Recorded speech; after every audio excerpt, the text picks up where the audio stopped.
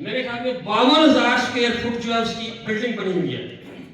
High school boys جو ہے, اسی طرح جو گرلز ہے اس کی بھی اس سے تھوڑی سی کم ہے. اس کے علاوہ ایک جو بلڈنگ ہے وہ ووکیشنل سینٹر کی بنی ہوئی ہے, وہ عمارتیں تباہ ہو رہی ہیں, یقین کریں آپ وہ بھی شروع کر رہے ہیں. اور ایک اور میں آپ کو نشاندہی کرتا چلوں کہ اس دن میں گیا تو جو اسکول کی بلڈنگ میں اسپتال بنایا جا رہا ہے وہ صرف 3 پورشن پہ بنایا جا رہا ہے. 36,000 اسکوائر فٹ جو رقبہ وہ کور کیا جا رہا ہے, باقی چھوڑ دیا گیا. مجھے نہیں پتا کہ گورنمنٹ میں کیوں اس کو چھوڑ رہے ہیں. ہمارے حکمرانوں کی جو ترجیح تھی وہ دیکھیں کہ ووکیشنل سینٹر کی عمارت جو ہے اس کو بنایا نہیں گیا. 2009 یا 10 میں کاربن وہ شروع ہوئی, ابھی تک نامکمل ہے. لیکن ان کی ضرورت ریسٹ ہاؤس تھا جو 2015 میں شروع ہوا, 2-3 سال میں مکمل ہو گیا. اس میں دیکھ لیں آپ کو بیکار پڑا ہوا تھا. چلے میں خراج تحسین پیش کرتا ہوں چودھری قاسم مجید صاحب کو کہ جب ان کی وزارت آئی تو انہوں نے پیسہ جنریٹ کرنے کے لیے اس کو ٹھیکے پہ دے دیا. اس کی میں تعریف کروں گا کہ انہوں نے اچھا کیا.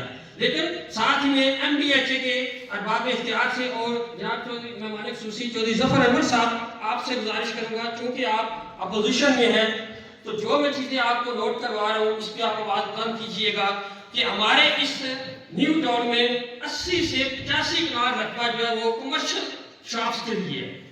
80 سے 85 کنال. میں ایک لفظ کا ذمہ دار ہوں گا. 2 جو ہے پرائیویٹ سکولز کے لیے رقبے موجود ہیں اور 10-10 کنال تک موجود ہے. پرائیویٹ 11.5 کنال کا رقبہ موجود ہے. اس کے بعد کاٹیج انڈسٹری کے لیے 7.5 کنال رقبہ موجود ہے. ہیلی پیڈ کے لیے وہ ہماری ضرورت نہیں ہے, وہ رقبہ موجود ہے. آپ کو صرف ایک قبرستان دیا گیا ہے جبکہ یہاں پر 3 قبرستان ہیں. ایک قبرستان جو بنا ہوا ہے اس کا 23 کنال رقبہ ہے, ایک کا 27 کنال رقبہ اور دوسرے کا مینشن نہیں ہے, لیکن وہ اسٹیڈیم کی بیک سائڈ پہ بہت بڑا رقبہ ہے. آپ کو صرف چھوٹا سا پارک دے کے جو ہے وہ ٹرکا دیا گیا ہے. دوسرے لفظوں میں آپ کا اس پارک کے نیچے رقبہ ہے سفاری پارک 450 کنال رقبہ ہے آپ کا. اس کے علاوہ 2 پارک اور ہیں, ایک بچیوں کے ہائی اسکول کے ساتھ ہے اور ایک جو ہے ہمارا اسٹیڈیم کی طرف جائے تو وہاں پہ وہ بھی 27 کنال کا رقبہ ہے. وہاں پہ بی ایچ یو کی 2 جو ہے وہ آپ کی عمارتیں موجود ہیں, ان پلاٹس موجود ہیں. میرا مطالبہ یہ ہے کہ ان جتنے بھی پلاٹس ہیں جو عوامی مفاد کے لیے رکھے گئے ہیں, چاہے وہ کمرشل پلاٹ ہیں یا وہ پرائیویٹ سکولوں کے رقبے ہیں یا پرائیویٹ اسپتال کے لیے رقبہ ہے, اس کی نشاندہی کی جائے. اگر اسے لیز پہ دینا تو اسے لیز پر دیا جائے, اور اگر اسے نیلام کرنا ہے یعنی اس کی بولی لگا کے اسے فروخت کرنا ہے تو فروخت کر کے تو ایم ڈی ایچ اے کے اس پہ پلیٹ فارم پہ پیسے آئیں تاکہ وہاں سے عوامی فلاح بہبود اور کام ہو سکے. اس پہ مزید بھی کچھ چیزیں ہیں جن پہ بعد میں بھی ڈسکس کریں گے, کیونکہ اس وقت جو ہے ہمارے پاس وقت زیادہ نہیں ہے تو میں زیادہ وقت نہیں لوں گا. پریس فاؤنڈیشن کے سے میرے دوست عمران بلال صاحب نے بات کی. ایک افسوس رہے گا کہ ریاست اور حکومت کا جو چوتھا ستون ہے اسے صحافت کو چوتھا ستون گنا جاتا ہے, لیکن وہ یہ ستون ہے جس کی کبھی دیکھ بھال نہیں کی گئی. نہ تو سرکاری سطح پر صحافیوں کو کوئی تنخواہ وغیرہ دی جاتی ہے. پریس فاؤنڈیشن ایک ادارہ بنا ہوا ہے جس کے جتنے فنڈز ہیں وہ آج تک میں نے نام ہی پر میں استعمال ہوتے دیکھے ہیں. جیسے عمران بلال صاحب نے فرمایا کہ ہمارے ایک ساتھی 3-4 سال 5 سال قومی قیادت میں رہے لیکن ان کو 10 روپے بھی پریس فاؤنڈیشن سے نہیں ملے جبکہ انہوں نے اپنی زندگی جو ہے شعبے کو دی تھی. تو میں آپ سے گزارش کروں گا کہ ساتھ ہی اللہ تعالیٰ نے آپ کو بڑا ہی صبر دیا ہے, بڑا ہی حوصلہ دیا ہے. میں نے آپ کو گزر کرتا رہتا ہوں اور یقیناً مجھے یہ یقین ہے کہ اللہ تعالیٰ نے آپ کو کسی بڑے کام کے لیے منتخب کیا ہے اور انشاءاللہ تعالیٰ آپ سے کوئی بڑا کام لے گا. تو آپ جب اقتدار میں آئیں تو ان شعبوں کا بھی خاص طور پہ شعبہ صحافت جو چوتھا ہمارا ستون ہے اس کا آپ کو خیال کیجیے گا اور صحافیوں کی فلاح بہبود کے لیے کوئی قدم اٹھائیے گا. والسلام. ایک بات تمام میں جو ہمارے یہاں پہ نظر مہمان تشریف لائے ہیں ان سب کا شکریہ ادا کرتا ہوں. جزاک اللہ. اور جیسا کہ آپ نے مجھے یہ اعزاز بخشا کہ یہ حلف میں آپ سے لوں, تو حلف کیا چیز ہے اور اس کی پاسداری کیا معنی رکھتی ہے وہ بڑا اچھا بیان کر دیا عارف صاحب نے بھی اور دیگر ہمارے دوستوں نے دیکھا نہیں جنہوں نے اسپیچز کی. یہ اللہ کے میں نے 99 نیمز کیوں پڑھے, اس واسطے کہ میں آج آپ سے بڑی کھل کے باتیں کرنا چاہتا ہوں کہ رب کریم کی ذات نے اگر آج مجھے یہاں پہ اسٹیج کے اوپر آپ سے مخاطب ہونے کا شرف بخشا, موقع دیا, تو میری بھی کچھ ذمہ داریاں ہیں کہ میں سیاست میں کیوں آیا میں آج آپ سے شیئر بھی کرنا چاہتا ہوں اور یہ بھی بتانا چاہتا ہوں کہ ہم اس حلقے کو، اس ضلع کو، اس ریاست کو کہاں تک لے کے جانا چاہتے ہیں. میرے ایک مقرر نے بڑی خوبصورت بات کی، سیکرٹری جنرل میرے بھائی ظاہر سخاوت صاحب نے، کہ اگر کوئی سب سے قیمتی ترین چیز ہے انسان دوسرے انسان کو دے سکتا ہے وہ وقت ہے. میں اس کا بالکل قائل ہوں.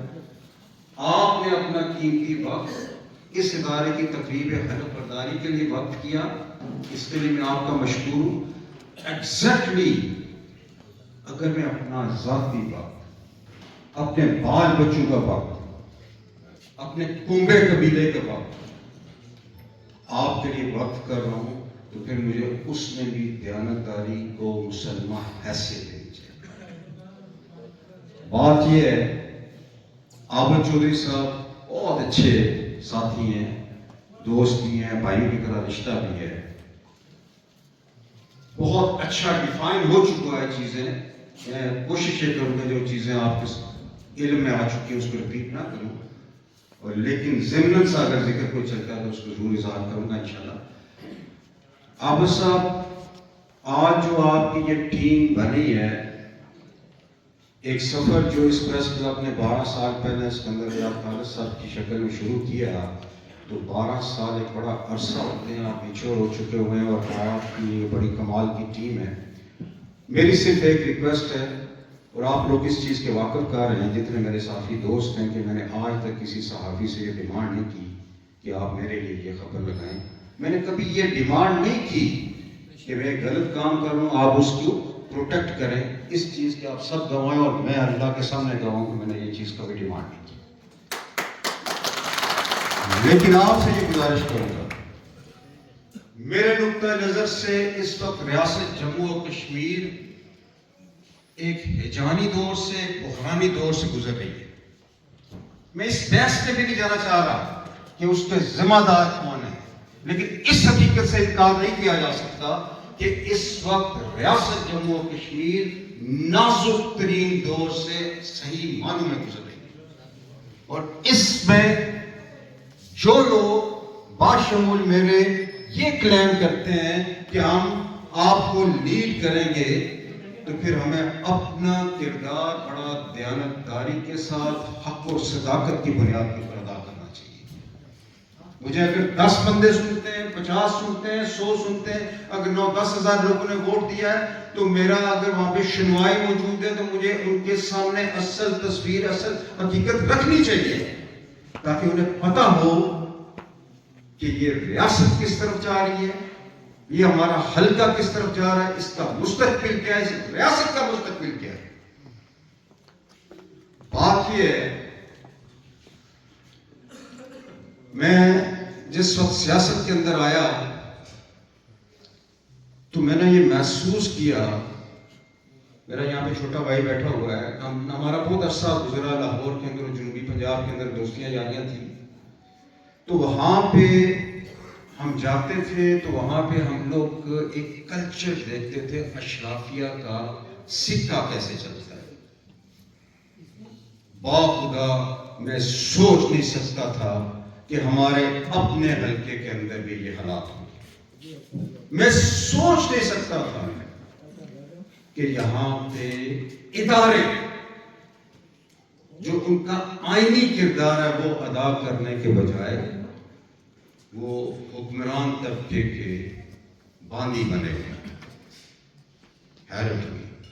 پھر چند واقعات ایسے ہوئے کہ جس کی بنیاد پہ مجھے اس انتہائی مشکل کام کے اندر کودنا پڑا، اور اس کے بعد یقین جانیے ذاتی لائف نام کی کوئی چیز نہیں رہی.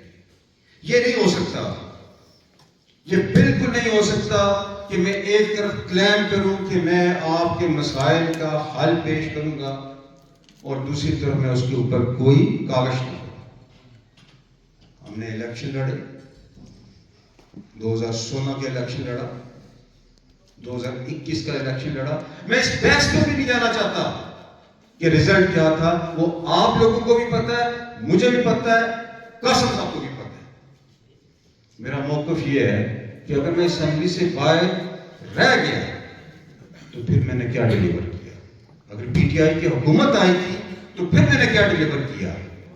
اور میرے مد مقابل میرے لیے انتہائی قابل احترام ہے، چاہے پیپلز پارٹی کے دوست یہاں پہ بیٹھے، چاہے نون لیگ کے ہیں، پی ٹی آئی کے ہیں، جموں کشمیر عوامی ایکشن کمیٹی کے لوگ ہیں، تمام مکاتب فکر کے جو لوگ انتہائی معتبر چہرے میں یہاں پہ دیکھ رہا ہوں، میرے لیے سب انتہائی قابل احترام ہے.